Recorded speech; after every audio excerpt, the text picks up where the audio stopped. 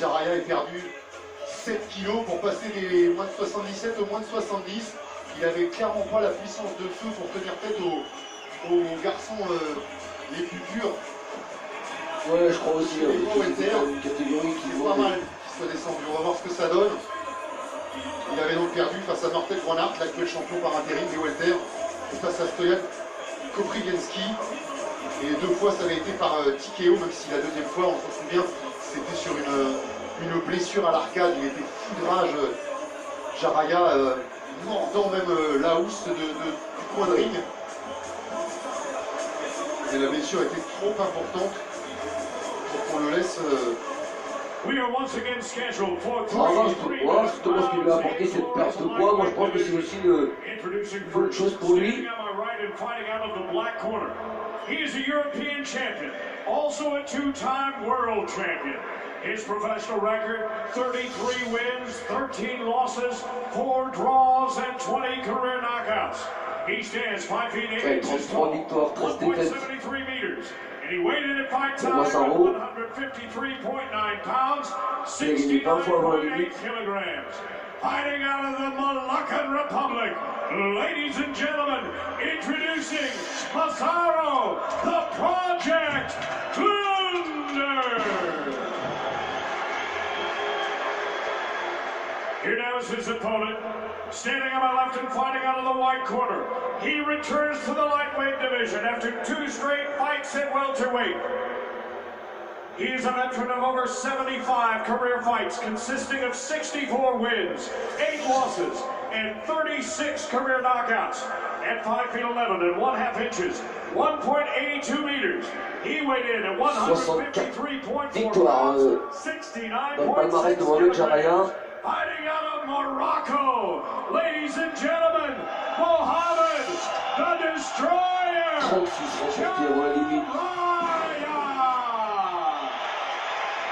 Masaru Glunder, la dernière défaite, c'était face à Alexei Ulyanov. C'était dans la catégorie inférieure, celle des poids plumes.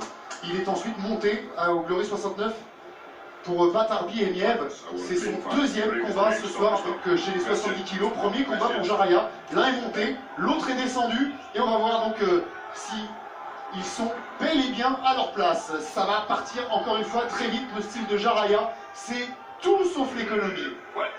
C'est ce qui s'appelle faire un pas chacun vers l'autre. Sauf qu'il y en a un qui a pris 5 kg et l'autre qui en a perdu 7. Allez savoir qui l'a eu plus dur. Alors, ça démarre assez rapidement. Kamel, vous préférez prendre 5 kg ou en perdre 7? Dans mon état aujourd'hui, je préfère en prendre 5. Et il y a un tel écart entre les 70 et les 77 que il y a des garçons qui ne trouvent pas bien leur place entre ces deux catégories. On peut penser à Jimmy Vienno, d'ailleurs, dont on peut en parler, parce que ça a été annoncé sur les réseaux officiellement aujourd'hui. Jamal Yacoubel et le Prestige Fight viennent de signer officiellement un combat qui sera sans doute un des plus attendus de l'année 2020 entre Jimmy Vienno et Youssef Bougalem. Ça va faire des étincelles en Muay Thai lors du prochain Prestige Fight. Mais tout ça pour dire que, en tout cas, oui, Jimmy Vienno, lui, il combat aussi chez les 77 kg.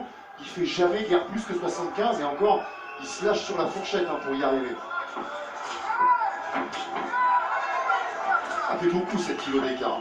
Ouais, c'est énorme parce qu'il y a la puissance, la différence de puissance.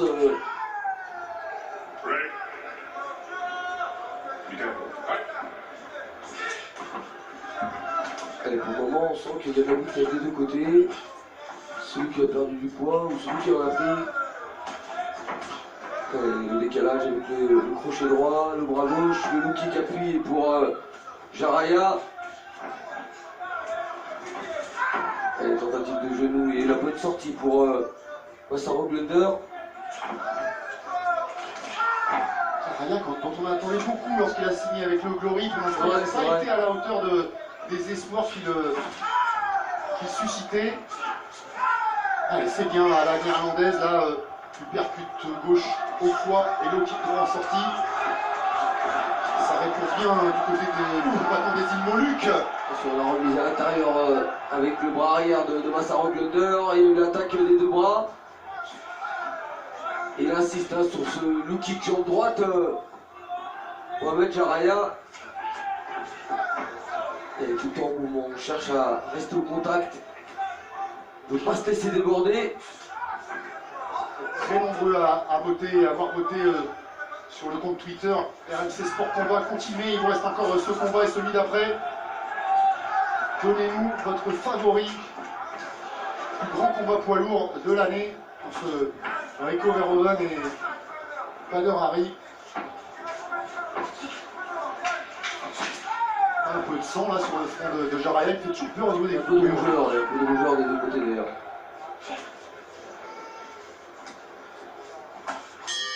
Allez, la fin d'une reprise très animée.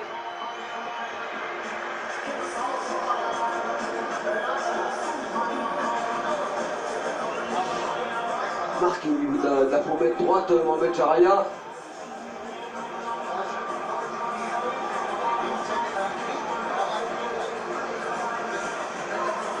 Ça c'est la preuve d'une première reprise où les deux hommes sont vraiment rentrés tout de suite dans le vif du sujet. Un peu moins marqué, pour pas dire presque pas du tout même, Vincent Roglander.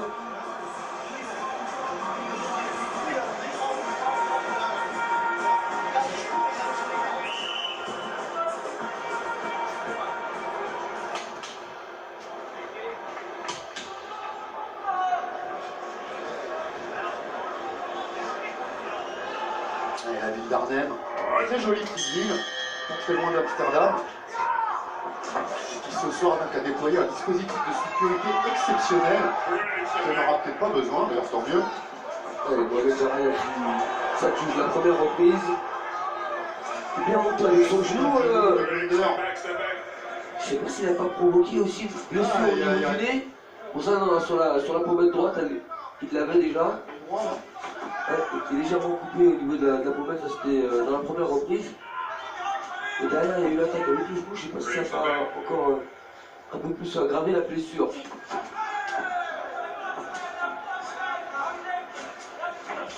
pense que c'est au niveau du nez. Hein.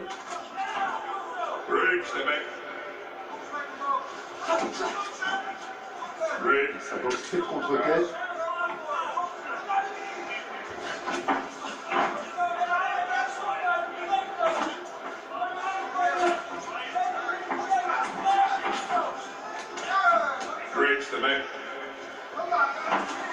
Merde. Il y a incontestablement un problème sur la face droite. Ouais, je crois que c'est au niveau de l'arrêt du nez. Hein. C'est comme le Turc tout à l'heure, alors tu joues le Berak.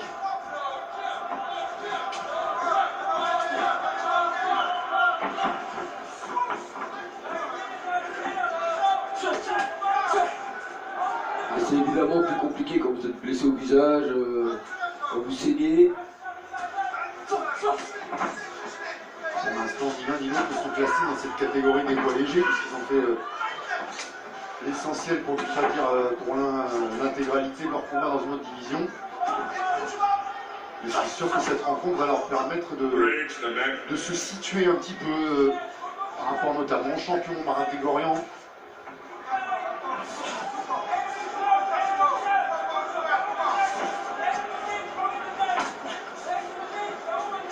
C'est un mesure qui est mieux dans cette deuxième reprise. Ouais, on est un peu sur le même travail en tout cas, d'appuyer vraiment sur le bras avant et derrière placer les attaques en ligne basse. Voilà, c'est dans les gants, mais il y a ce dont on parlait tout à l'heure. Il y a cette histoire de terminaison en low kick pour Jarraya, terminaison sur une jambe régulièrement. Voilà, et pour Blunder aussi, c'est vraiment le style néerlandais ça. Hein. Ouais, exactement.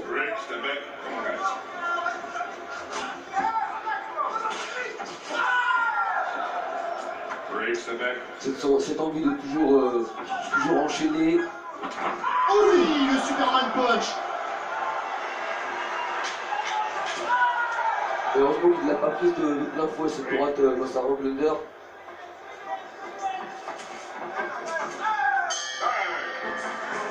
Une seconde reprise à l'image de la première, avec beaucoup d'engagement. Un travail très soutenu des deux côtés.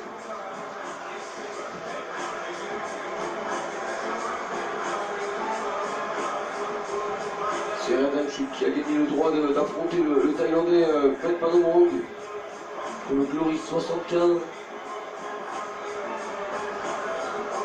Les retrouvailles. Hein. Vraiment, c'est toujours aussi compliqué d'affronter Petpanomrong. Je pensais que, je me demandais justement si on allait proposer à Kevin Van Nostrand une revanche, parce qu'à partir du moment où il y a un match nul dans un championnat du monde, la logique voudrait que maintenant, au vu du déroulement du combat qu'on a eu le plaisir de commenter en direct sur RMC Sport, je préfère voir Petpanomrong partir vers autre chose. Quitte à retrouver Kevin Van Nostrand lorsque celui-ci aura regagné un ou deux combats. Allez, troisième et dernière reprise. Est-ce que Massaro Blonder est revenu au score? Je l'ai trouvé quand même un peu meilleur moi dans le deuxième round. Eh ben non. C'est aussi pour Jaraya. Bah alors il va falloir qu'il C'est pas vraiment la même chose, j'ai vu un Jaraya actif, mais il y a un Massaro Blonder quand même qui travaille, qui en tout cas provoque pour le moment les blessures chez son adversaire. Ouais, qui l'a acculé à nombreuses reprises, qui lui a fait baisser un peu le rythme aussi. Bon, maintenant, il semblerait que pour qu'il gagne, il lui faille le mettre KO. Ou alors, knockdown, on aurait un extra round.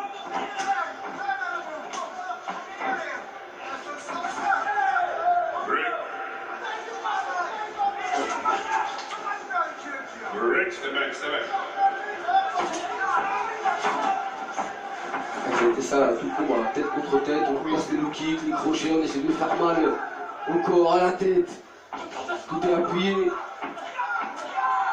Ça va être le travail un peu plus complet là encore pour Jaraya qui perd. Non, là c'est Massaro.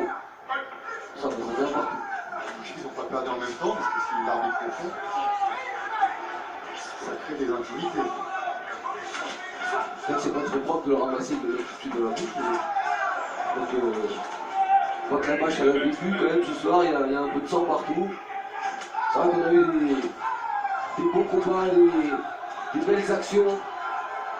On se rappelle bien sûr de la victoire du champion Alex Pereira, victoire expéditive avec encore un KO impressionnant. Si on a un des deux qui a une plantaire sur la langue, il sera de ça bien. Ouais.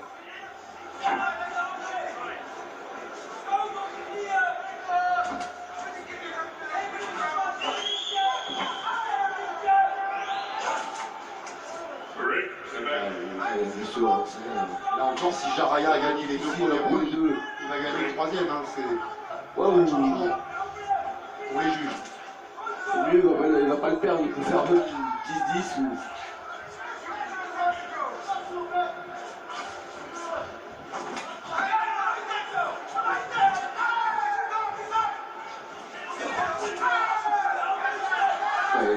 avec le travail de Luki qui a été plus constant pour Mohamed Jaraya.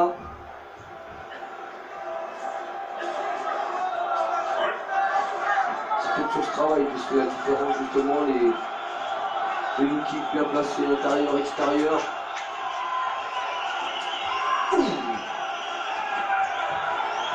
Comme s'il est perdu avec son genou gauche, Massaro Blonder, il a pris une très belle droite.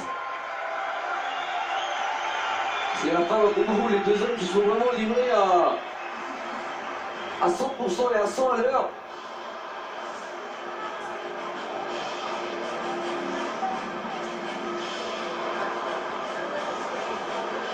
Alors, que ce soit pour celui qui a perdu le poids ou celui qui l'a pris ce soir, franchement, on n'a pas vu de différence, on n'a pas vu de gêne. Ça a été vraiment sur un bon rythme, ils n'ont jamais relâché la pression. Ils étaient bien, mais ils ont perdu du temps dans les